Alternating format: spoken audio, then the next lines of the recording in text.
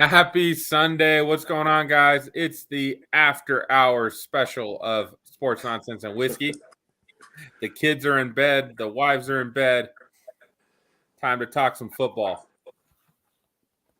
Make it happen, Pinky. Make it happen. Oh, all right. So as you can tell, we got our boy Caleb in the house this evening. How's it going, my man?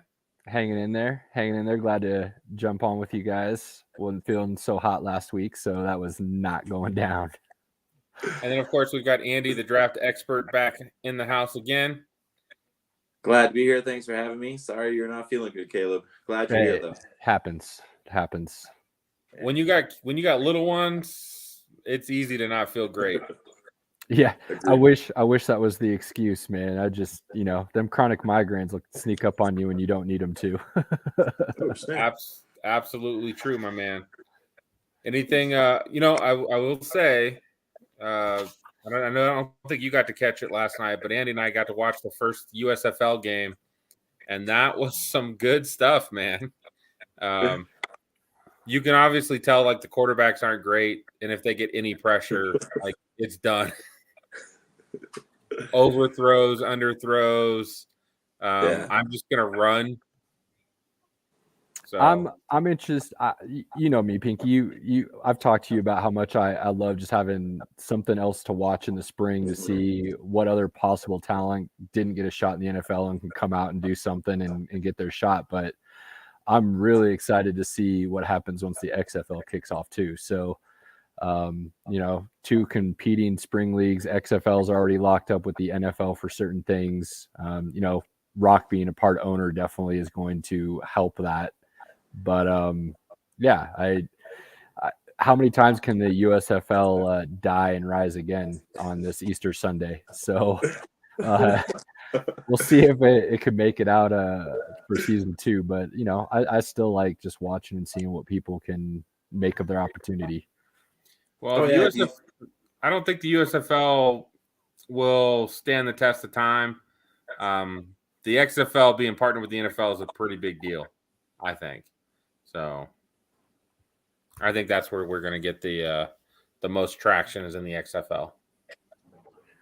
Side And note, just like since we're going to be, go ahead, Andy, go ahead. Oh, yeah. Well, it was interesting, too, seeing like you're talking about the opportunities, but also for coaches. Todd Haley's a head coach again. Jeff Fisher came back in as a head coach. I was like, oh, my God, who picked Jeff Fisher? Yeah, I think the coaching picks are what will cause the USFL to die, unfortunately. Yeah.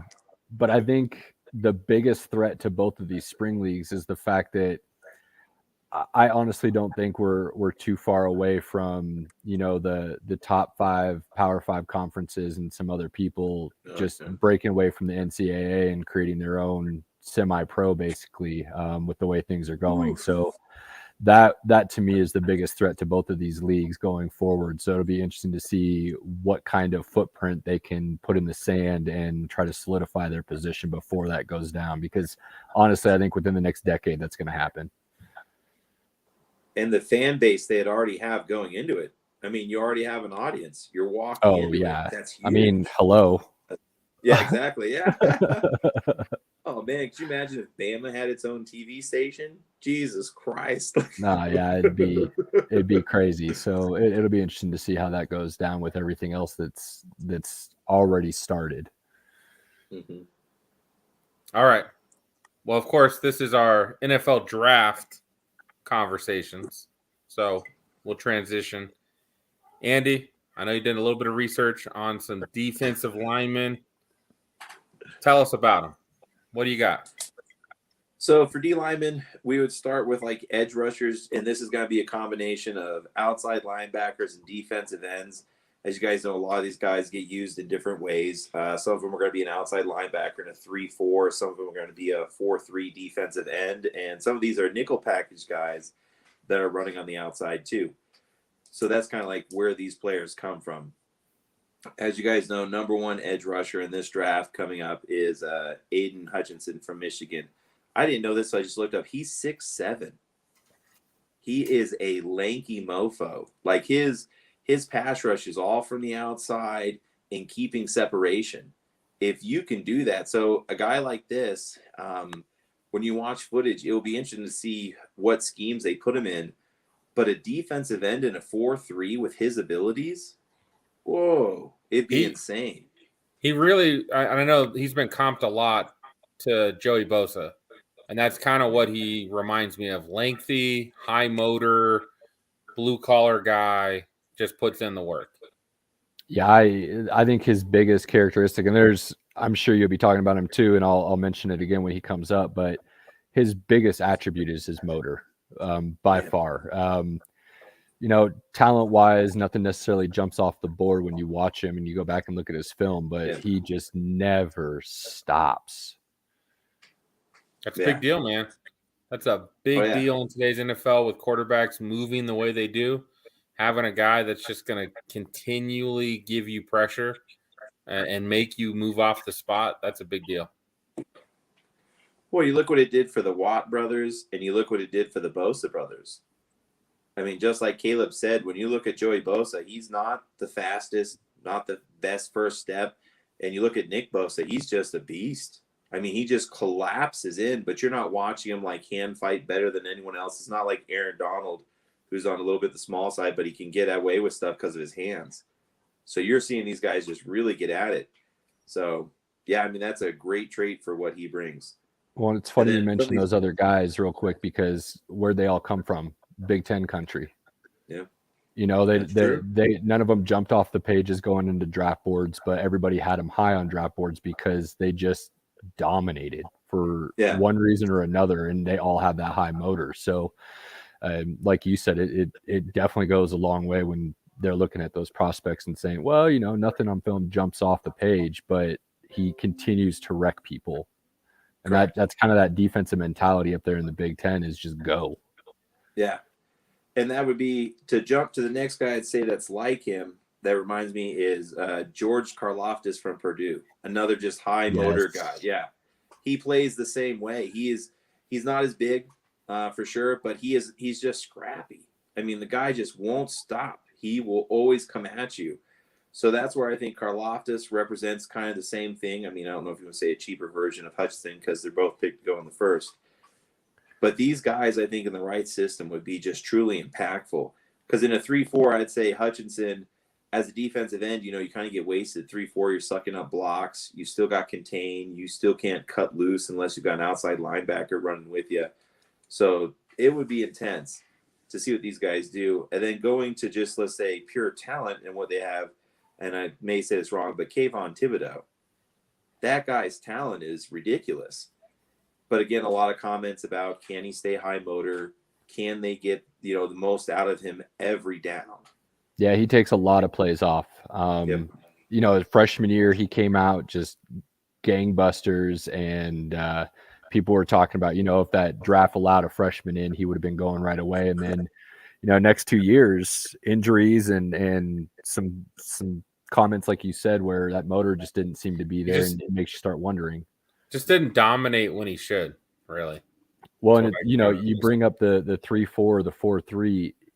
If you're drafting any three of these guys, and I'll go back to Karlaftis here in a second, but if you're taking any three of those guys and you're putting them in a 3-4, you just ruined yourself. You wasted the opportunity of what those guys can do on a dominant basis because, like you said, they're not there to try and take up space. They're not there to get put out into coverage in certain situations. They're there to eat up the line of scrimmage, period.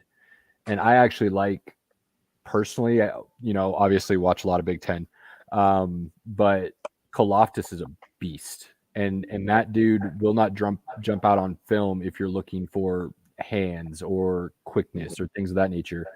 But when the big competition rolled through town, that dude showed up continuously. And I would not be surprised to see him go before people expect. Yeah. I agree. And that's where you drop down to the next, we start digging through some of the Georgia guys, but to not get to the interior line, but staying on the outside, Trayvon Walker, he's got it. I like Quay Walker. They've just got a tremendous amounts of talent there. But again, the hardest thing about guys like Trayvon that make me so curious is when you're playing next to Wyatt and Davis, that's insane how it changes everything in the world for you. Because as an outside edge rusher, there's no way you're getting double teamed. I mean, because you have to stop the middle, and Wyatt and Davis own the middle. Yeah, I actually agree. I'm a little down on the Georgia defensive end. He just, Walker was good, but when you're playing with two dudes who arguably will go in the first round as interior linemen on the defensive side, they ate up every ounce of space that was available to them. Oh, yeah. So there's times where he was running free as a defensive end because people were worried about them coming up the middle. So talented, I just don't necessarily know if he actually is a first round talent because of, like you said, what he had around him that allowed him that space. And you get to the NFL and that's just not going to be the same case. Correct. And you're going to get a lot different because these guys, just like you stated, you're now fighting the elite. So you're not getting those just rush-ins where no one's there. So that would be, he'd be my biggest question mark. Guys that I like how they play from the edge. Jermaine Johnson from Florida State, I love, and Drake Jackson from USC. Both these guys are fun to watch. I mean, they get excited. I'm see them just flying. Big fan of Jermaine Johnson. Big fan. And most of you guys know I hate the Seminoles, and I'm a big fan of his. I think he's going to be a pretty good.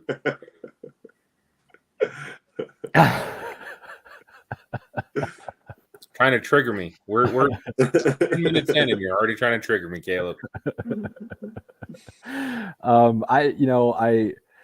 Both of those guys have big question marks for me because their teams were so up and down throughout the course of the year, and they didn't have a lot of big plays on their own that changed the course of games. And so when your teams are that down, and you can be high energy all you want, but if that play doesn't back up that high energy and do something that changes that tide of the game, you start wondering a little bit on their capabilities. Now, you can steal either one of those, middle to late second. You probably got to steal if you put some talent, or if you put them in a talented situation with them.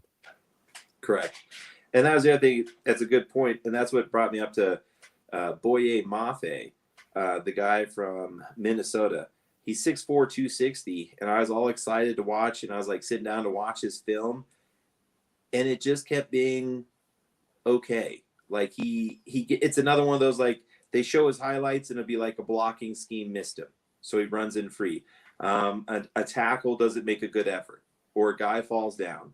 So the highlights I got to see, after like 5 minutes of watching this, it was really hard because he's making good plays. He's a good tackler, but you're not seeing that it factor where you're just like, oh my God, he just went nuts. This is so crazy. Look what he does to this guy. Like, so that's where it's curious. We were talking about that earlier, Pink, is the hardest thing about watching these draft picks early on and trying to guess is when you go back over years of drafts and you look in just the first round, how many guys that everybody had so much hope for 2 years later were like, who was that guy?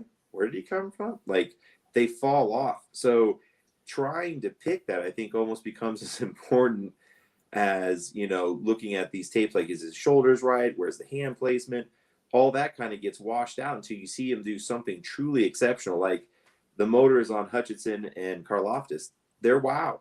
I mean, these truly are next level guys. I mean, we don't see this level of effort in the NFL sometimes. So to see this at a younger level, they're going to get hungry. They're going to go nuts once they get some. Oh man! And if you put guys next to them, absolutely, it's going to be really, really fun to watch. So that's where I start having some questions when I see these guys.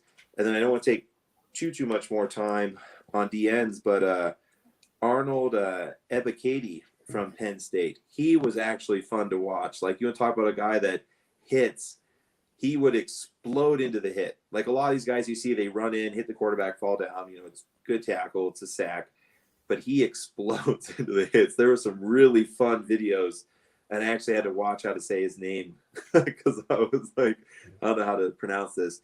But Ebiketie was great. And then just for freakish talent, if someone thinks they could coach up a guy, last guy I'll mention real quick is Alex Wright. So he's from University of Alabama, Birmingham, and he's 6'7", 269. He is a freak physically, But again, you would see like amazingly physical play where he does a phenomenal job, and then he gets washed. He gets washed out. Then he comes in. So he would be a guy like if a team thinks they could really coach him up, which unfortunately is not a thing the Chiefs do. But if a team could do this, oh my God, this guy has some just crazy. It's like the guy the Saints got, was it Davenport? Remember when Davenport came in? Everybody's like, oh my God, he's gonna be just great, and then nothing really happened. That all I put on coaching. When you watch someone have these amazing bursts and you can't get that again, opposite of Cameron Jordan, there's no excuse. Well, he's had some injuries as well, but he has not realized his potential. You know, when and it's going to sound super homer, but it's not meant to come off that way. But when I start looking at the D-line guys, whether you're an end or an inside, my new grading curve is based on Ndamukong Suh. Because when he was with the Huskers back 08, 09, what he did for a subpar team that changed the course of games continuously, and it put them in the Big 12 championship. And honestly, they should have won that game. The fact that, you know, Colt McCoy got an extra second on the clock was kind of a joke, but he dominated. He should have won a Heisman that year. And they were just so hesitant to give it to a defensive lineman at that time. But the fact that he got double and triple team on a continuous basis and still was able to dominate, that's the kind of thing I'm looking for. I don't care if your hands are great, your footwork's terrible. If you can continuously make plays, regardless of the situation you're in, whether your team's good or bad, then, you know, that says a lot about what you're willing to do at that next level. And Correct. Some of the guys we've talked, I mean, Thibodeau is a perfect example. He didn't dominate on a regular basis. So I'm already questioning his capability possible. You know, some of the other guys, the guy from USC, the guy from Florida State, didn't play on great teams, but you had opportunities to do things nonetheless, and that didn't happen. So that I start there when I'm looking at guys who aren't at the top of draft boards, and I say, okay, let's go watch you. Did you still make plays even when your team wasn't able to do so? And if you're not, then I'm going to have red flags jump up right away. Yeah. And that is because, again, you don't want to get a player that if, you know, you don't do everything right, it doesn't work. In defense, I'd say offense is very different because the running back, you want to put in a successful offense. Quarterbacks, you want to put it in successful situations. But defensive line, I mean, just like O-lineman, you just got to do your job. Just interrupt. To get done. Yeah, just interrupt the play. And if you can do that, however you're going to do it, you're going to be able to have a place at the next level. Yep. Yeah, no, I agree with all that. You guys want to jump to the interior guys, the D tackles? Yeah, tell me what you got. All right. Georgia and more Georgia. Yeah, Georgia and more Georgia. This is the funniest thing about this. So Jordan Davis, everybody knows he's picked number 1, 6'6", 340, 345. Depends which site you go to, how much he weighs. But the funniest thing I didn't know about this till I was looking through on a couple of them. So in the combine, they do what's called a relative athletic score. Never heard of that before, which is horrible because I love the combine. So I've never heard this. Yeah, yeah. So the RAS, right? Jordan Davis ranked second highest of all time. The only person that had a better RAS than Jordan Davis in the history of them running the combine is Megatron. Calvin Johnson is the only one that physically had a higher score than Jordan Davis. So his broad jump, everything for his size, weight, and everything was off the charts. I mean, the dude ran the 40 under 4.8, didn't he? Yeah, yeah. No. Yeah, I know. Could you imagine him hitting quarterbacks? Oh my God! But it's insane. So the funniest thing, one of the biggest guys coming into the draft is listed as the most athletic. And then again, this guy, he's a freak of nature. So again, just like we talked about schemes, in a 3-4, he's going to suck up 2 blocks and get pressure. In a 4-3, you now have a pass rushing defensive tackle at 6'6". I mean, it's nuts what he brings to the table. I'm hoping Jordan Davis goes anywhere but LA. Anywhere but LA. Dude, that'd be disgusting if the Chargers were able to snag him up. As that defense would be absurd. God. That would be very, very sad for us. Yes, the AFC I mean, West. they gotta stay healthy, you know, Bosa, and I still think Derwin James could be the best, you know, defensive player in the league, but he's got to stay on the field too. But oh my God, that'd be absurd. Oh, I love Adderley. I love Derwin James. They just shored up their corner spot. Yeah, that would be insane. Khalil Mack with only one-on-one. Yeah, he's going to go back to old Khalil Mack. I mean, if he had Jordan Davis in the middle, oh my God. Well, and you bring up Khalil Mack, it's like what we're talking about with these draft prospects. Yep. If you're put in a position to do something that you're not great at, and that's what you're going to be asked to do more times than not, and that's what the scheme calls for, you wasted the pick. Correct. The things that they had Khalil Mack doing in Chicago was worthless. Like, it just absolutely worthless. You don't drop somebody like that back in coverage on a regular basis or ask him to run block more times than not. His goal is to get at the quarterback, let him go eat. So if you're going to draft some of these guys and you're going to ask them to do something that isn't at the top of their skill level, you already wasted that pick. Oh, I know. But we could talk about that for days, man. How many players have gone from college to the pros and just get thrown in horrible situations? Oh, absolutely. Like, even with Von Miller, who I love, he was phenomenal. Then like, well, his sacks are dropping. And then you look at pass coverage drops.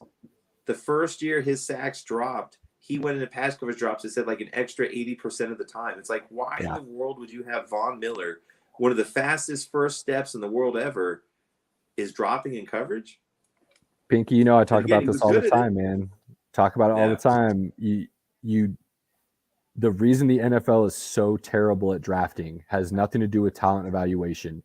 It's guys who think they're smarter than everybody else trying to put that square peg in a round hole every single time. Yep. And then you see guys, you know, who go that shouldn't have never gone. And they're like, oh, well, I can take a receiver who has great route running, but I'll teach him to have great hands. You know, they twist these things. Oh, this linebacker has great hitting skills, but I'll teach him how to pass cover. You know, it's like, no, just let him do his thing. Find a way to use the weapons you have. And the best coaches do it, but we'll see it. Just like you said, they'll prove that they can't do it. And then next year they'll prove they can't do it, get fired. And then another team picks them up, and you're just like, what are you doing? They just sucked for 2 years. And another team's like, oh my God, fans, we just got Lovie Smith. No, that's a low blow I'm playing, but I'm just playing with this. Damn, why are you going at my boy Cody like that, man? With that stuff. Damn. I mean, he chose to be a Houston fan. That's you know, I mean, I'm just saying, like that's a rough one. Yeah, being a Houston mistakes fan, were made. Yeah, that is. Who else you got, Andy? Who else is on that interior? So if we jump from that, of course, just like you guys are saying, the next one's Devonta Wyatt from Georgia. The funniest thing is he's small at 6'3", 304. So that's the funny thing. He's like the younger brother. But he has the motor, he has the drive, and he is very talented. He's comparable. The hardest thing is he just got screwed and was next to Jordan Davis.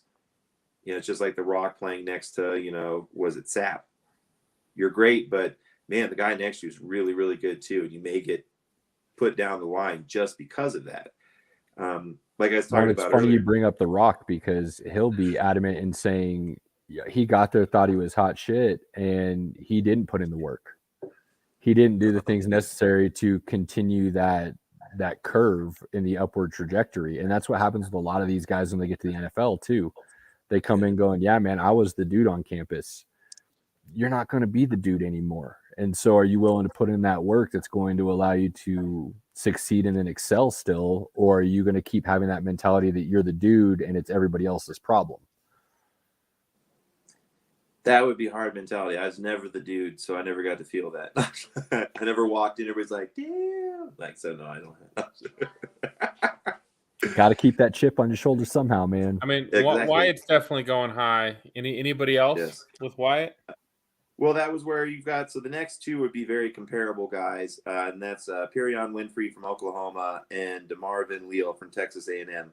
Both of them are 6'3", both of them are right around 290, and these guys are pass rushers. They get their hands off quick, but just like I showed you that Perion Winfrey, I'd never heard of him, and I was digging through his videos. Oh my God, he's got some hits. He smashes a quarterback because he pursues all the way from the backside the whole time. The quarterback gets away from the defensive end and just doesn't see him. It is just it was a nasty, nasty play. But Winfrey's just what we talked about. He plays big at the point, so he is super strong. You watch him just manhandle, and he was playing against Bama. the hits he had on Bryce Young. I mean, you're like, wow, that's the Heisman. But he was tracking him down. He was very, very physically gifted. So a guy, and this is, again, a situation like we talked about earlier, he would be the perfect defensive tackle for a 4-3. Because if he's going to get some one-on-ones, he'll win. And if he gets a double team, he's going to stop it. But if you're asking for like a 3-4 defensive tackle who has to just, slow down everything and goof everything up, I think it would be a huge waste of his pass rushing abilities. Oh, absolutely. I mean, why would you take somebody from a Big 12 offensive defensive scheme where it's quick pace all the time and ask them to just slog away in the trenches? Yeah, that's why the Chiefs break my heart every draft. So before we, I think we'll talk O-lineman during the mock draft. That way we kind of keep on schedule here. Mm-hmm. But one of the edge guys, I think we missed a little bit that I'm interested to get Caleb's take here. What about David Ojabo? Ojabo. Yeah, I'm actually a big fan of his, and the reason why is because if he was double team, Hutchinson was eating. If Hutchinson was eating, Ojabo, if Hutchinson was double team, Ojabo was eating, and they understood their roles. And both dudes are very high motor. And Ojabo, if I remember correctly, he's one of those guys who learned to play football a little late, if I remember correctly. So I think his upside might even be more than Hutchinson skill-wise, but he plays with that motor as well. And if you go back and watch Michigan's defense this year, I don't think there's any issues with the talent compared to Bama and Georgia. It's a coaching scheme kind of thing that failed them in the end. And that dude's got an upside that somebody's going to get a steal with that guy, I do believe. Correct. And the injury, how bad is his injury? Because that's why he is phenomenal. I love him too. But his injury, I was going to say, is it an ACL or something like that, his knee? At this point, I thought it was the Achilles. Okay. Yeah, I believe it was the Achilles. But at this point, Achilles, ACLs, anything like that does not scare me anymore, because the modern science and the way they're rehabbing those things, as long as the guys take it seriously, you're coming back right back where you were. And I think the perfect example of that is Deontay Foreman. Dude was a beast coming out of Texas, tore his Achilles, and he had a great season last year after Henry went out. And he was just getting his legs back under him. So, him being in Carolina this year, I think that'll be somebody to watch. But he didn't look like he lost a step at all. And the dude wasn't fast or explosive beforehand. So those are kind of things I'm looking at. But with Ojabo, if he had, fractured a tibia or fibula or something like that, those things you can't repair the same way you can these tendon issues. Yeah. So I'm not as worried with him. Now, not everybody's going to bounce back the same way, so it's definitely something to keep an eye on, but it doesn't worry me based on the skill, the talent that was there. I think, it's going to be questions that you get going into the draft and talking with this team of doctors and stuff, seeing what kind of rehab, what kind of program he was on and things of that nature. But if you feel comfortable with, after you look at the x-rays or whatever else they can check out, and you like the team of doctors that did it, I would have no concerns whatsoever. I agree. I hope he falls to 29. He could get there to 29. He could. That'd be awesome. I don't know if he'll make it that far, but he could. Yeah, there'd have to be something crazy. Well, there's always some random thing in the draft too that's always gets me excited. Every year they're like, this guy's going in the top 4. Then he falls way far down. So I'm really curious to see who this year is going to get drafted way out of place. Who's this year's Micah Parsons? Because he should have gone number 1 last year. I mean, people were scared he took a year off. People were scared about his attitude, this and that. You didn't talk to the right people. Well, it's just like Jamar Chase when he took the time out. They're like, oh my God. No, I think he's fine. Well, thankfully, the Cowboys had so many injuries on the edge. They moved Parsons to the edge and just let him go get quarterbacks, which is what he's really good at. I think they would have eventually figured that out anyways. The dude is just a beast. And that's, I think Ojabo could be similar to that, given the right situation. I mean, he's him and Hutchinson were dominant at the point of Yeah. attack. Dominant. It'll be fun to see. That's where, it'll be. There's a lot of talent on the D line in this draft. So, thank God. All right, Andy. So we're gonna move on to the mock draft portion. But when we get to the O-linemen, when they get drafted, that's when we'll let you throw a couple words in there. Sounds good, man. All right, I'm gonna update and share my screen here. Hopefully this goes well like it did last week.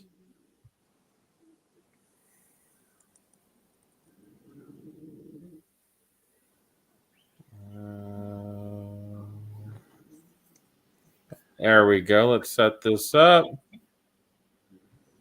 Of course, a lot of teams don't have first-round picks. How's that look, fellas? Everything look good? Yeah, that I looks can fine. see it, yeah. All right.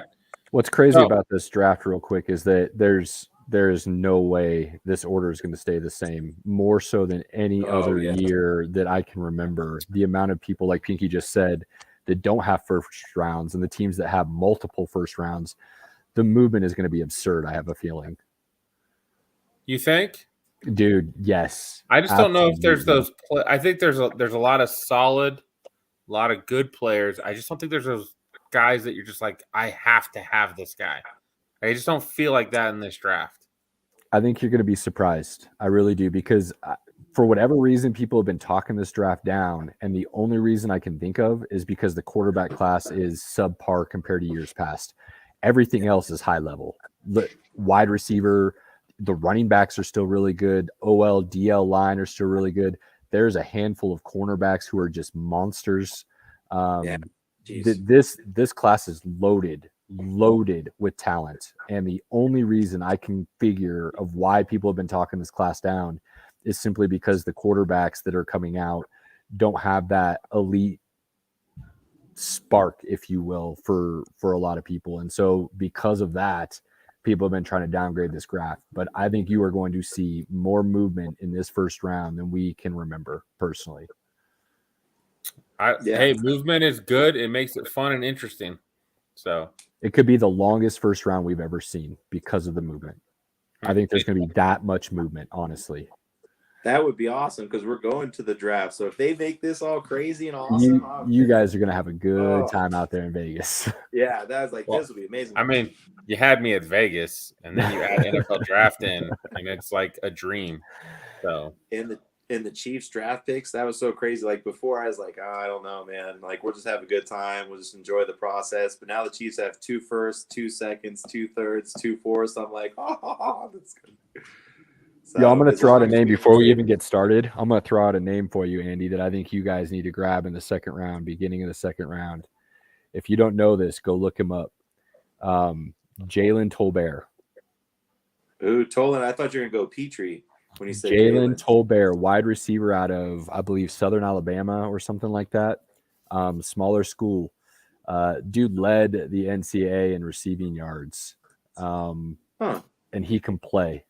So that would be a name for you guys that I would definitely keep a very close eye on. Yeah, see, that's where I'm scared we're going to trade everything for Jameson Williams. Yeah, that would be a shame. And Jameson Williams is good. I got no beef. It's just we need the players. When Veach came out and said we were going young, I was like, wait a minute. We're going to the AFC Championship games, and we can get young?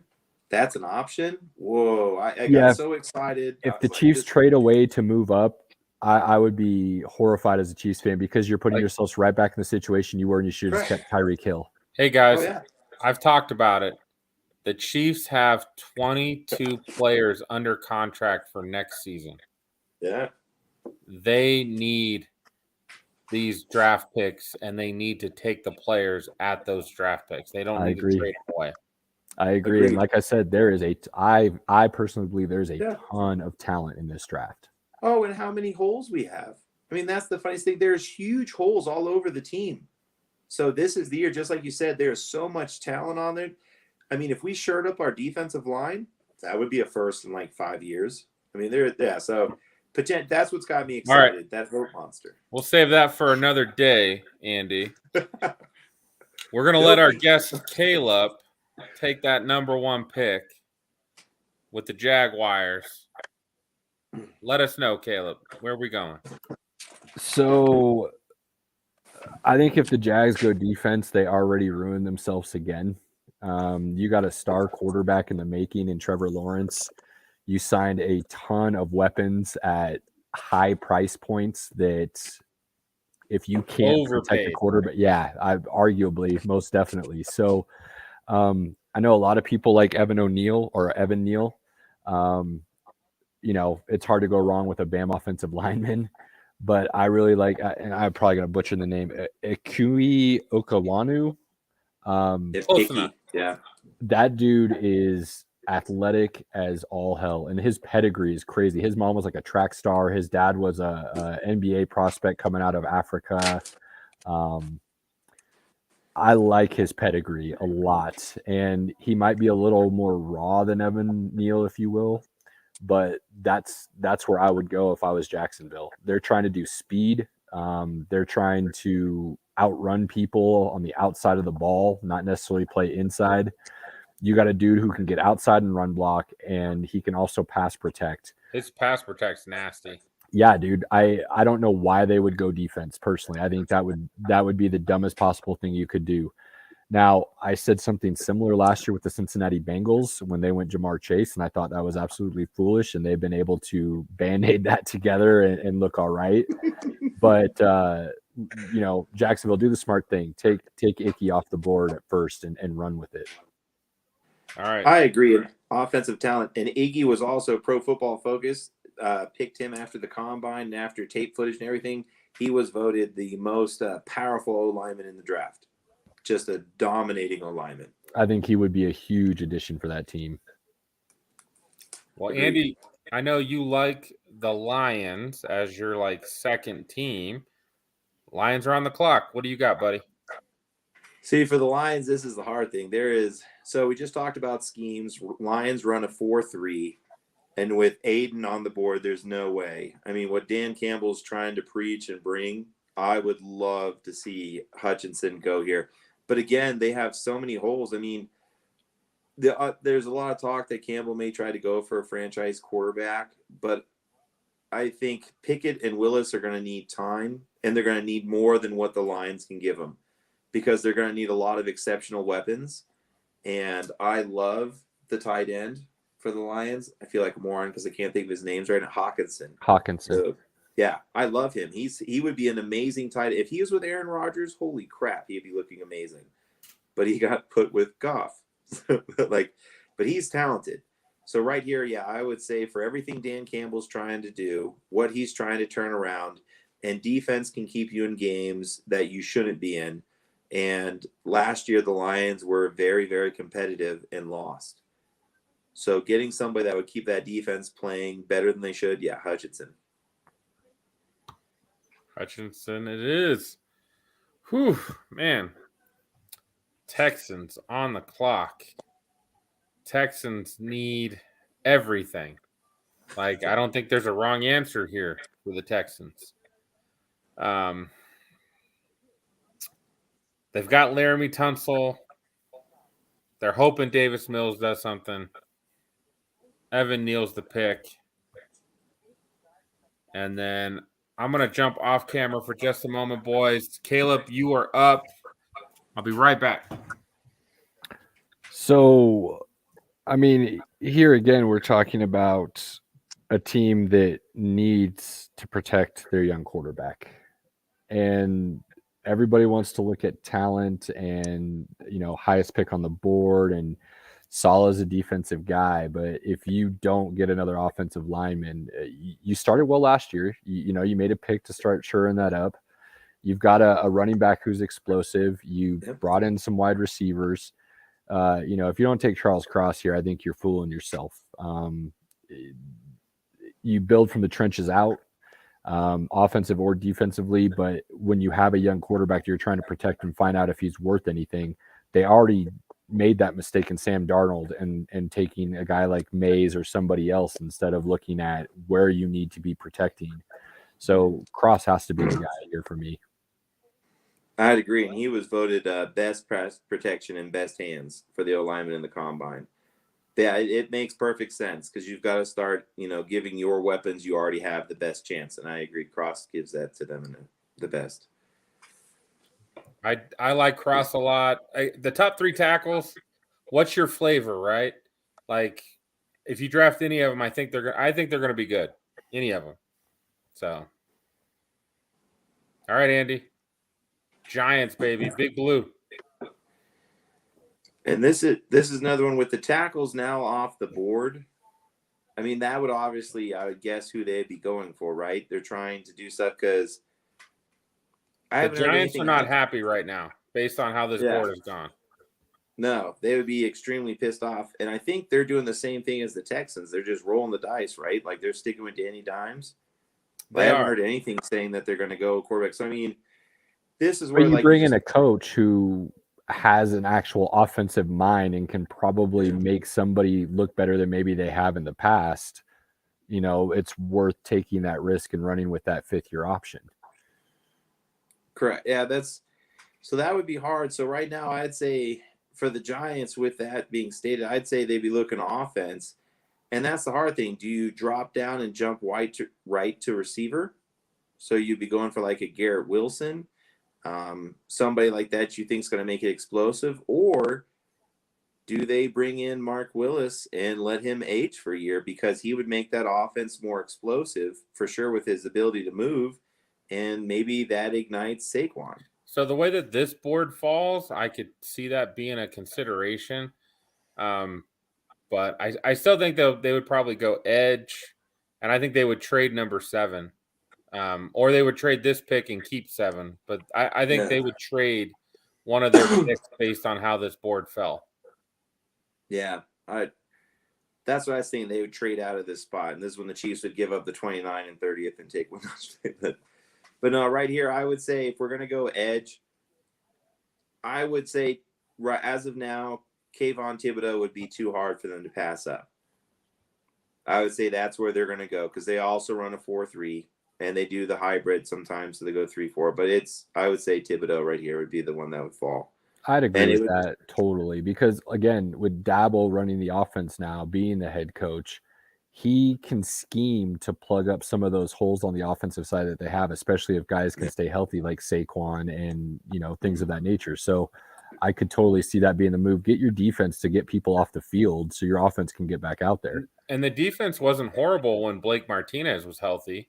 They actually looked halfway decent. All right, I'm on the clock. Panthers are on. And the curveball is going to happen right here, fellas. Kenny Pickett. Broncos. Quarterback Kenny Pickett to the Carolina Panthers. Ooh. Why? Well, there's a lot going on here. Obviously, Matt Rule's trying to save his job. The only quarterback that could probably at least play right now is Pickett. At least that's the way it looks. I'm not sold on any of the quarterbacks long term. Pickett was also heavily recruited to Temple when Matt Rule was still there at Temple. There it is. Also, the owner of the Panthers went to college at Pittsburgh as well. Oh, wow. And he also owned shares of the Pittsburgh Steelers before he bought the Panthers. So he has a very heavy connection to Pittsburgh. So, now, look, we know I've said Darnold hasn't gotten a fair shot. I still don't think he's gotten a fair shake. They had so many injuries last year, and he started off the year playing pretty well. McCaffrey went down. They had some other things happen. This is another position where I to me personally, if I'm running that team, I'm reaching a little bit to shore up that offensive line. That's where I would be looking if I'm Carolina. That offensive line is one of the worst in the league. And you've got McCaffrey in the backfield. You've got DJ Moore, who's a legit number 1 on the outside. I don't understand why you're trying to do. Rule has already proved he obviously isn't going to scheme those holes out of an issue. So you need to shore them up. And Kenny Pickett, based on what I saw, good. But again, this is going to sound Homer-ish. their offensive guru at Pittsburgh was Mark Whipple. He is now at Nebraska. So I am looking to see what happens with that. But that dude did a lot of things that made Kenny Pickett look really good. And I'm not trying to say Kenny Pickett's bad. I just don't think he's any better than what they already have in Darnold. So to me, this feels like a huge reach. I agree. I don't think he's much better than Darnold as well. I'm just, again, this is what I'm thinking. The GM. I understand. I understand where you're coming from, Pinky. That's why I'm not blasting you as the picker, because we're on the same page. I could see Carolina doing this, and I would just laugh because it's leaving a lot of talent on the board for other people. Well, Caleb, you're up next with the Giants. So with the Giants here, if they end up keeping both of these picks, I actually see Garrett Wilson going here. Yeah, Garrett Wilson, I like that. They're gonna pull a Cincinnati type feel, and they're gonna bring in explosive talent to make up for the holes that they have in other areas. And Garrett Wilson can definitely do that. And now the Falcons are really mad because I think they were hoping Wilson would make it to them at 8 because they need wide receiver help now that they pretty much only have Kyle Pitts. I think help is an understatement, Pinky. They need a wide receiver. Correct. Yes. Not just help. They just need a wide receiver. That's true now that they don't have Russell Gage. They don't have Matt Ryan. They need some help. Mariota's gonna need to go, and that's where again, like Drake London could be an answer in this situation. If you guys could see the list here under Atlanta for their team needs, it's literally every position. Yeah, every position except for tight end. So where do you think on the list too? Where do you think they go here then? What do you got, Andy? Well, that's where I'd be really curious because they just restructured everything. You bring in Mariota. So Mariota, can get out of the pocket a little bit. He's not the best at it, so he does scramble. So you could see this would be a sexy pick to go for Jameson Williams because he's going to be your knockoff Tyreek Hill. When the quarterback's running for his life, he's going to get open. He's going to be able to make moves. I could see them being like, they need an oh shit guy. Like, I just throw this up and he catches it. Well, that's Drake London. With his size and his jumping ability, I love Treylon Burks. He's a big physical guy. He's one of those guys you can throw it, and when the play shouldn't happen, he'll make a play. But I think right now. Yeah, I was going to say, I think London, while good, I don't see the explosiveness in him like I do Williams for sure. And then Burks, I think, has a lot of that too that people are underestimating. And I think if they went with either one of those, especially with Mariota, who can scramble, get outside the pocket, they can then break the play down from the backside for him. I think either one of those guys would be a lot better than, to me, I see London falling. London Bridge is coming down, baby, because I just don't see that dude being an explosive. He reminds me of Michael Thomas. That's what I see when I watch London's tape. And unless you have a Drew Brees throwing him the ball, what's he really going to do for you? He's not taking away, from the other side of the field for you. Correct. And again, you get one-on-one coverage with him. You may not even have to get a safety over the middle. But with Williams, you're going to have to definitely have it. Absolutely. And with how big Treylon is, there's no way one-on-one is going to work because if you've got a smaller corner. So, Jameson Williams. Andy.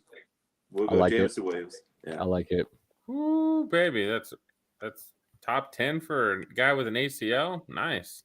Like I said, that to me personally, those things don't scare me at all anymore, especially because you saw the dude skipping around 3 months after his surgery. Like, who does that? And the Falcons can wait because they're not winning this year. So. Good point. Oh, man. Well, this should be interesting. Talk about a team that needs everything. Yeah, I actually am really down on the Seahawks. I think they're run really bad since my thinking here, Pete Carroll left USC. He goes to the Seahawks, and his first 2 drafts he knocks out of the park. Why?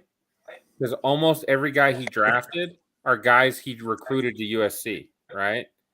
So he already knew about all the talent that he was drafting. Since then, they've been horrible at drafting. They suck. So, God, this is a tough one because I could make the case for Malik Willis. I can make the case for Sauce Gardner, Kyle Hamilton, Trayvon Walker, Jermaine Johnson. I can make the case for everybody except for probably a wide receiver just because, again, they have DK and Tyler Lockett at the moment. They're going to trade Decaf in this first round and get some extra picks. I'm telling you. A lot of rumors flying. I keep DK myself when I try to trade Lockett is what I would do. But Lockett's not going to get you the Chiefs 2 first rounders. That we've talked about that. That's what I've heard rumors on. And there was a nerd rumor that we were going to go for both. We were going to go for Lockett and DK. And then they were like, then we can't afford both. Hey, Andy Reid's just trying to correct that McCole Hardman mistake. Yeah, exactly. So Lockett's already under contract for big money, and DK is looking for a big contract for big money. Yeah. You can't afford both. So that whoever wrote that's an idiot. All right. Let Pinky give it to you straight, ladies and gentlemen, because he will tell you. Seattle is going to take Malik Willis. Oh, man, poor Malik Willis. Poor Malik Willis. I got such high hopes for that guy, and if he goes to Seattle, his career's over. Oh, my God. Yes. They have a lot of needs in Seattle, quarterback being one of them. Malik Willis, I think, is the one quarterback out of this draft that can be a franchise quarterback. So, Jets back on the clock. I love my New York teams. You know how I like to make them look really good. So, they've got two options here. They can continue to put that offensive side of the ball in a better position. And let's be honest, it's an offensive game now. Give that quarterback something that he can work with. Or you could take arguably, not arguably, in my mind, he is the best defensive player in this draft in Sauce Gardner. Yeah. Dude didn't allow a touchdown while he was at Cincinnati. Let me say that again. Did not allow a touchdown. Rumor is he didn't allow a touchdown in high school either. Dude's disgusting. And if you watch any Cincinnati football this year, don't look at the playoff game. That they got overmatched, and there's a reason for that. They're still building a program. But that guy is a beast. And it would be really hard to pass him up. But I'm telling you, and we just talked about this, I think Treylon Burks is going to be a monster. And I'm going to go on that offensive side with this pick. And it's really hard to pass up Gardner, but I think Burks here would be a insanely good fit with Wilson. I got to scroll down for that. Jesus, Caleb. Treylon's good. He really, really is. He only ran a 4.5, but his game speed is way better. That's my thing. If you go watch 6'3". Yeah, dude, this is why I hate the underwear Olympics, because I don't want to see what they do with no pads on and nobody around them. I want to go watch their film, and that dude jumped off the page when I was watching his film. And he played at Arkansas, where they weren't a great offensive team. He didn't have a great quarterback throwing to him, and when that ball was in his hands, he did work. Correct. And he did he's just sort by wide receiver, baby. Let's just, N'Kobe Dean. Grab my guy and let's roll. Sorry, I'm still learning, Caleb. Still learning. Noah Burks.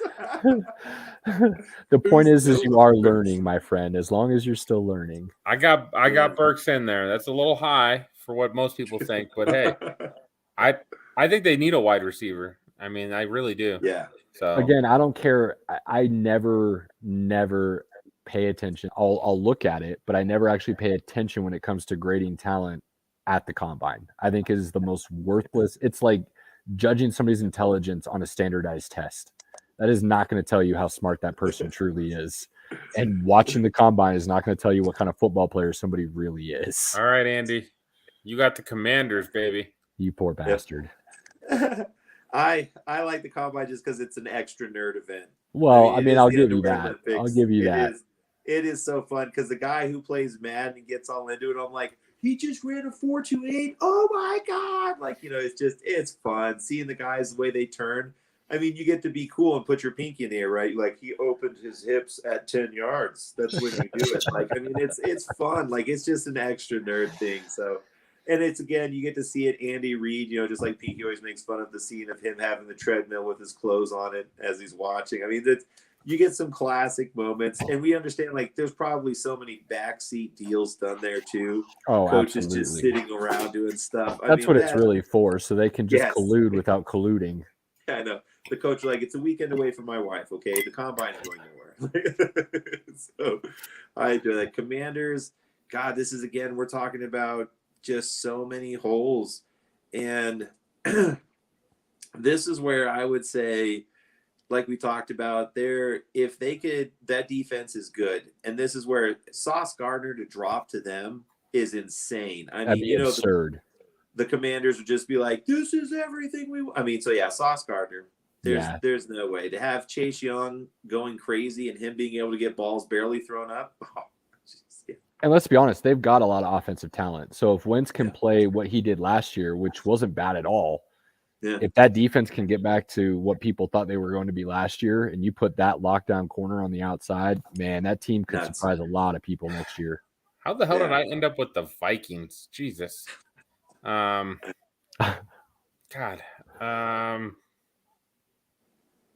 God, they have a lot that they could go as well, just based on where they're at. They have a new coach, offensive coach. You want to draft Kenny Pickett twice?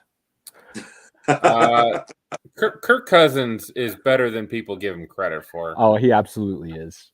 You know, I'm going to go ahead and help out the new offensive coach, Drake London, baby. Interesting. That would. Thielen's getting older. Thielen's getting older. They got Justin Jefferson. Add Drake London. That gives Kirk Cousins more weapons. I think you're forgetting that Irv Smith is coming back. And I know you're down on him compared to where I am, but I think he's going to have a monster year this year. In that offense, Irv Smith, now under the new offensive system, should do rather well. I agree with you on that. Cheers. But I just think Adam Thielen's getting up there. I think it's time to get him that young understudy that can take over. I could see that. Yeah. And it's a passing league, right? It is. Yeah. It absolutely is. All right. So, Andy, it's back to Andy, I believe. Or is it back to you, Caleb? Me. I got this one here. Cody's going to be listening for this one. So you make sure you pick something good for Cody. Who did the Texans we pick earlier? Pinky had him, I believe. That would be Evan. Oh, yeah. Neal. Okay. Yeah, that's what I was thinking. They went offensive line with our draft. So honestly, I think this would be a smart decision for them, and I think it would almost be a no-brainer in this position, and it'd be Hamilton. Put somebody back there who can ball hawk in the middle of the field in that defense. And, you know, I think their offense, while not great, I do really like Davis Mills. So you got somebody to protect him, and I think he can do really big things. Start Hamilton shoring up that defense. Could be the best defensive player in this draft. He really could. He's really good. He is now. I love Sauce Gardner. I absolutely love Sauce Gardner, but Hamilton is very close up there when it comes to his capabilities. He comes down to the line of scrimmage. He can ball hawk in the back. I think that'd be a really nice pick for them. Yeah. All right. Kyle Hamilton it is. All right. The Ravens are on the clock. This is with the Ravens. The hardest thing is this is where that cracks me up the hardest is their O-line is good. They've got a lot of offensive talent. I don't see much coming from it, but that defense, they get a lot out of guys. This is where I would say if Trayvon Walker was to go and have a chance to do it, I could see Trayvon, but I could also see them, you know, now that Hamilton's off the board, because that would be amazing for them if they could get Hamilton, because they just got, was it Williams back there now too? So I would say with them, it's all going to be pass rush, right? They've got to get back to being that scary defense they once were. And that's where I'd say Trayvon Walker going, because I think he's going to offer what they want. He can put his hand in the dirt, or if they want to try to convert him, that'd be an interesting pick too. Fifth ranked prospect according to the Draft Network's board, and he's going 14th. Can't hate that. But that's what always happens. That's what we were talking about earlier. There's always somebody that drops. Always. Hey, Pinky, we know you really like Jermaine Johnson, but let's not get carried away and just throw him out there without saying anything, okay, buddy? I don't even know how to fix that now. So Eagles take Jermaine Johnson. the Eagles are taking Jermaine Johnson. No, you can't take that back. Go to your picks. I Go don't to my know. picks. Yeah, I don't know how to take that back. So Go to my picks. Go to the draft log. Go to my picks. Delete it. I don't think you can, brother. There's got to be a way. Maybe on the number. You know what? I'm cool with it.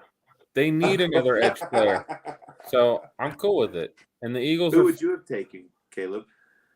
I probably would have gone with Derek Stingley Jr. if I'm going defense. It was if my I'm going, pick, so it's if fine. I'm going offense, which I'll just go ahead and do right here because the Saints need a lot of help, but that offensive line needs to get shored up again.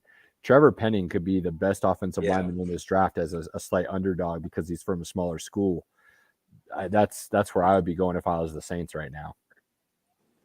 Well, like Trevor Penning is the absolute nastiest offensive lineman in this draft, without a doubt. Yep. Yeah. So I think the Saints would be stoked if he fell down to 16 right there. Correct. Because let's be honest, Jameis didn't play terrible last year before he got hurt. They still think there's big things coming from Michael Thomas. I think they're fooling themselves. Kamara is probably going to get kicked out of the league once that video surfaces of him curb stomping some dude out of the elevator. So they got to start in the trenches again and start building that up. And that defense does not play bad. I mean, they own Tom Brady for some reason. Cam Jordan and those guys are doing all right. So you start building that offensive line again, and I think they'll be okay. Yeah. I love Trevor Penning. He's one of those guys. I would pound the table for that guy. I love that pick. All right, Andy. LA Chargers. I hate this. We already talked about it. There's no way they couldn't do it. This makes me super sad. But if Jordan Davis, it's scary. That'd they would be ridiculous. Able to do. Yeah. Well, and let's be. Oh. Yeah, I mean, stupid. Yeah. The two players I hate for the Chargers are Penning and Davis. Like, if they get either one of those guys at 17, I am really upset. Yeah, that's going to be bad news for the AFC West, no doubt. All right, so that means I'm back with the Eagles. This is amazing. Derek Stingley. and I didn't click too fast on this one. So yeah, Derek Stingley is not falling past the Eagles. That would make their defense ridiculous, honestly. As long as they scheme that right. If they took both of those dudes, their defense is showed up. I was not the biggest Jalen Hurts fan, but Caleb turned me on to him. Caleb was right about something. And I think Jalen Hurts can be a good quarterback and get this team back to the playoffs. They were in the playoffs last year. With better talent around him, he can go back. So, go Eagles. So the Saints are back on the board again? Oh, yeah. And this one's easy. It's easy. Staring you in the face. I think they need a wide receiver. And Olave, yeah. Honestly, I watch more Ohio State than I would like to admit. And Olave could be better than Garrett Wilson. Olave, in my opinion, could be the Justin Jefferson of this draft. Yeah. The dude is fluid in and out of his routes. And he's got breakaway speed that goes underrated. And I think he could do some really nice things at the next level. So I think it's kind of a no-brainer with Olave here. Boom. I love it. I love those two picks for the Saints. I don't love that they don't have a draft. They don't have their first or second round draft pick next year, but I do love those two picks. And with the Steelers, even as much as they have issues with the offense, I think we've seen how they're minded, where they want to be, what they want to do. This is where I would say it goes between Wyatt and Karlaftis. If Karlaftis is opposite TJ, oh my God, dude, what that's going to be. No. So, and then they like their big guys in the middle. And their guy, Cameron, is it Cameron? Hayward, yes. He's getting old. So if you were going to bring in Wyatt and have him study under the guy that you love and want the next guy to be, That'd be So, it. But I think Karlaftis is too much. This I think is your pick, Andy. So Karlaftis, yeah. I can't see them not picking an O lineman here because their O line sucks. Correct. But I don't think they're expecting much out of Trubisky, and they don't mind him running for his life for a season. Trubisky's going to surprise people this year. Yeah. Well, he has the ability with weapons. It'd be interesting, but I don't know if they're going to give him the opportunity to really do it. And with Najee, they're going to, I mean, this would be because you can get guys who can pound the run block. You just need big, nasty guys. You can get that third, fourth, things like that. So it's all going to be that mindset. But this defensive talent, TJ with Karlaftis, Yeah, that'd be absurd. Bush, ooh, yeah, that'd be absurd. All right, Caleb, you get the Patriots here. I mean, they need everything. There's two guys that stand out to me here. They need everything, and mostly on the offensive side is where they need the most help. But I can't. Honestly, I think Belichick will move back here. I don't think he'll actually make this pick. I think he will move back. But if Wyatt's still sitting there when this pick rolls around, it would be ridiculous not to snag him and move on. So Wyatt or one of the top corners that are left would be the guys I think they would pick if they stayed at the pick. Yeah, I would go Wyatt here because if you can get pressure on the quarterback, it can alleviate some of the talent you need on the outside for your cornerback. So that would be where I would go if they stayed at that pick. I just couldn't imagine them actually staying there. Oh, wow. The Packers are on the clock, and there's a quarterback named Desmond Ridder there. Totally going to pick him. No. You know what's really funny is if this holds true like this, the Packers are moving back. They're not making this pick here if this holds true, and all those top wide receivers have already gone. The way that this board has fallen, yeah, I don't see them picking there. I mean, I guess Drake London's still on the board, but I mean, no, London's gone. Wait, who did he go to? Who did we pick? Oh, that's right. You grabbed him at Minnesota. Yeah. So I wouldn't. There's no way I would stay here. I don't like Dotson. He didn't show me anything in college. I know he had some injuries and stuff, but he didn't show me anything that says he's Hamler 2.0 in my opinion. And that's just not going to get it done. I'm gonna keep building this defense. Devin Lloyd. I don't hate that. I don't hate that at all. Because I'm with you. The wide receivers are the left. I'm not quite sure they're 22 material. Trading back would make sense. But we're not doing trades in this one. So Devin Lloyd it is. The Cardinals, the Red Sea. I just visited their location. And this is my turn, or is it Caleb? Caleb's. All right. That defense needs a little bit of help. Not a lot. I think they're close. But for me, I'm looking at cornerback, and I'm looking at either McDuffie, Booth, or Elam. And I actually really like the way Elam plays. Me personally, I think he saw tougher competition, and while he did get burned at times, I think it was more a lack of defensive scheming down there in Florida than it was necessarily his fault. Dude plays with a bit of a chip on his shoulder, and he will come down to the line of scrimmage from what I was seeing last year. So I could see them grabbing Elam here.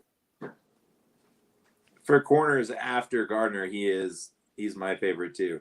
McDuffie's good, small, good scrappy guy in the slot. Booth has a chance to be good, but I like Elam too. My two favorites are, of course, Gardner and Stingley, but after that, it goes to Elam. He's another guy, if he dropped to the Chiefs, I'd be crazy cool with it, but we haven't drafted a corner since Marcus Peters, so.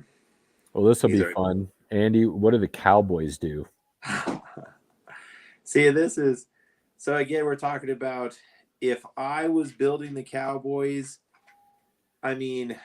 you're talking about Daxton Hill would be a great choice, but I really think Jerry Jones is going to want them to be offensively good again.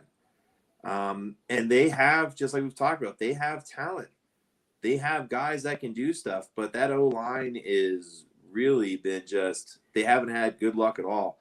So could I see You get a guy like Zion Johnson, yeah.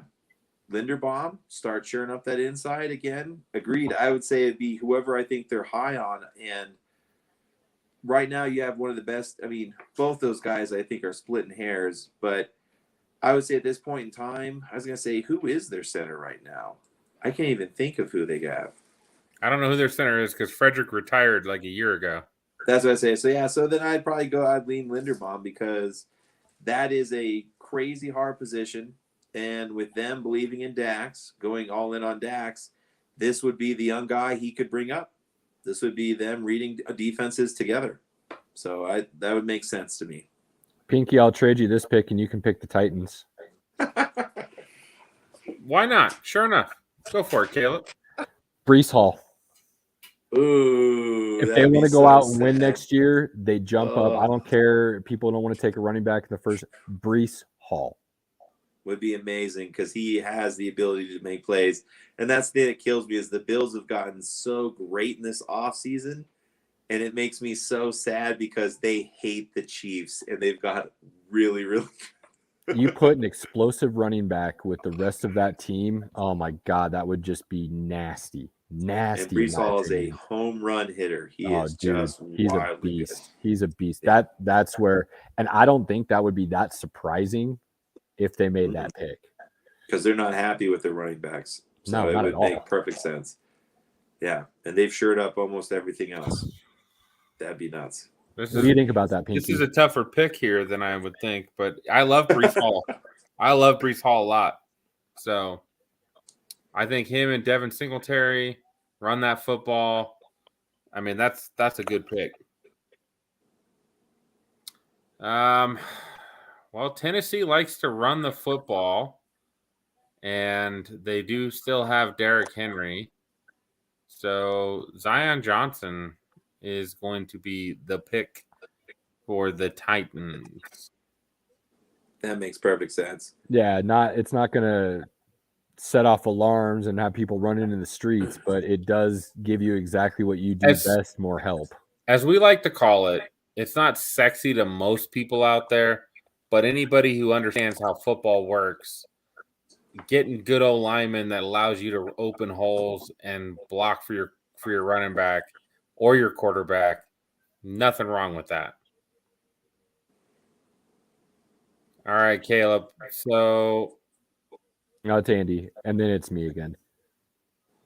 Okay. All right, Andy, what do you got, buddy? The Tampa Bay Buccaneers. And with them, I think what they're going to have to do, because they've got Brady another year, and then next year they're going to hope to have to bring somebody else in, right? Another veteran or something like that. So I think, again, it's going to be that O-line. If the Bucs can get it done in open holes and keep that going, this is where I would say Kenyon Green. Because, again, there's offensive weapons. I love it. But the hard part is the best receivers are gone. And, if they're high on Dotson, maybe, but they have a lot of talent. They let Kappa go. He went to the Bengals, so they do have a need at guard. Yeah. And Kenyon would fill that quite nicely. Pinky, your turn again. We'll get back into the right order. I just really wanted to make that Breece Hall pick. This one's easy for me. This one's That's easy a great for pick. me. I am in love with I'm learning here. It better be Michi. Michi would be sick. Happened? What the heck happened? Why did it go to the very end of the wide receiver rankings? No, I want to go all the way to the top. Christian Watson for the Green Bay Packers. Oh, yeah. North Dakota State, man. Yeah. That dude's actually, you put his film on and you're like, oh. He's not talked about enough, but when you talk about size, speed, this guy's pretty awesome. I don't hate that at all. That would be crazy. Chiefs, here's your new wide receiver, Michi. Yeah. I'd be all right with Michi, Pickens. Those would be my main guys. Just like I said, I'll look at. Is that who you're picking there, no, Caleb? Actually, it's not, and this is going to surprise some people. I think this guy is going underrated. His combine was trash by most people's standards, but I think he could be considered the best wide receiver in this draft after watching him for a few years. David Bell. Ooh. David Bell. There we go. That dude played alongside Rondell Moore for 2 years, Yeah. and every time I watched a Purdue game, I came away going, David Bell's the better receiver. Every single time. He's possession. He in the open field, he can get going and make people miss. I think he's going to fall to the third round probably. It would not surprise me at all if he falls to the third round, but I think that would be a steal for the Chiefs. That would be amazing. And then just like we already talked about, if Ojabo drops, it's done. Oh my God, it'd break my heart if we don't. Because man, we haven't had an edge for sure. That'd be a nasty couple picks right there for the Chiefs. Oh yeah. That's why we have to get the picks. There's just too much talent for us to trade up. Because again, just like we talked, Jameson Wilson, I think will be good, but Bell, Michi, I'm okay. I mean, honestly, given that scenario, you could take 29, trade back to the early second, get 2 more picks for it, take David Bell in the early second because he's probably, I'd be amazed if somebody took him in the first round. Take a jobby there at 30, trade back in the second round and grab your 2 receivers there and get even more, picks to fill holes. All right, Caleb, I'm gonna let you take this pick, and we're gonna give Andy the last pick because he's a Lions fan as well.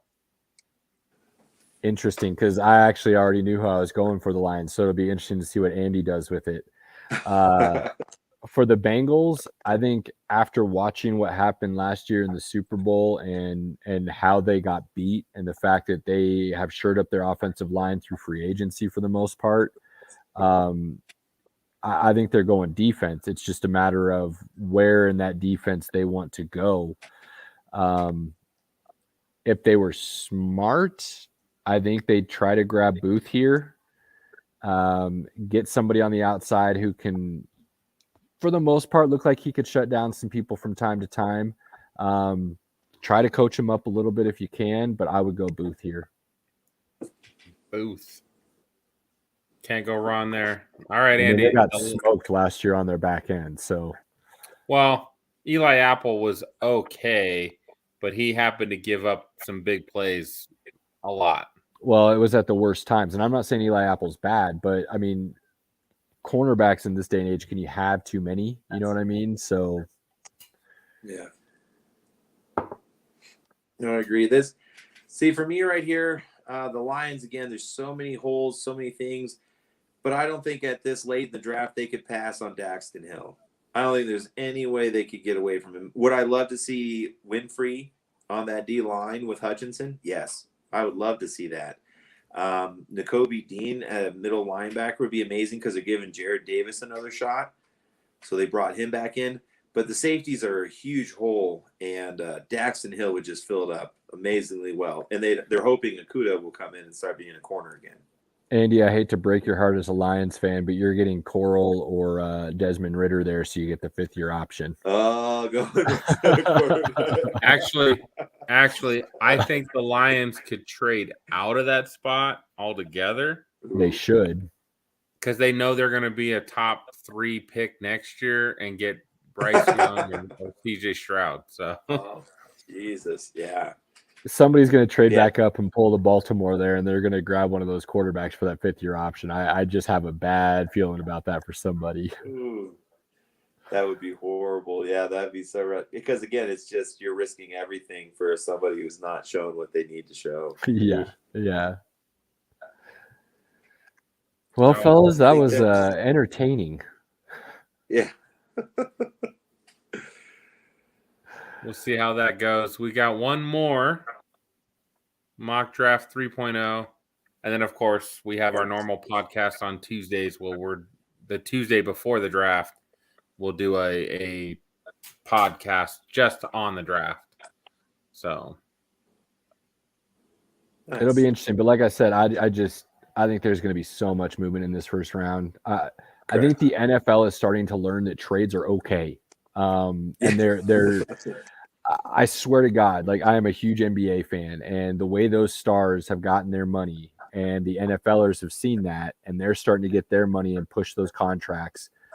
The front offices are also starting to learn it's okay to trade. Like I don't have to be stuck here. I can make moves and build things differently than what the traditions have said. And with both New York teams having multiple first rounds, with the Chiefs having first rounds, I mean, best first round pick this year, right here.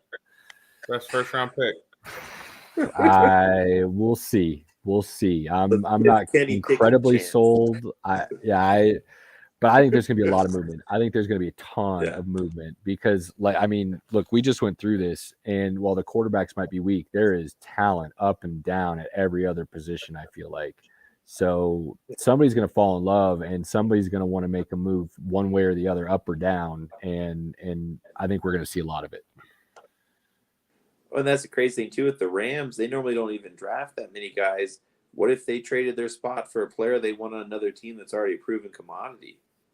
I mean, just like you stated, it's going to – I think this will be a lot of fun. They don't have a pick till like the 4th round, so that's not happening. They'll trade that and get 2 fifths. Yeah.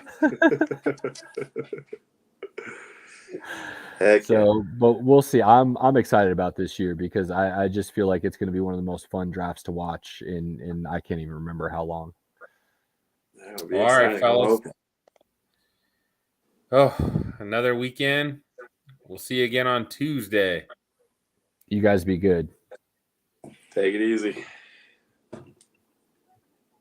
I'm trying to freeze frame.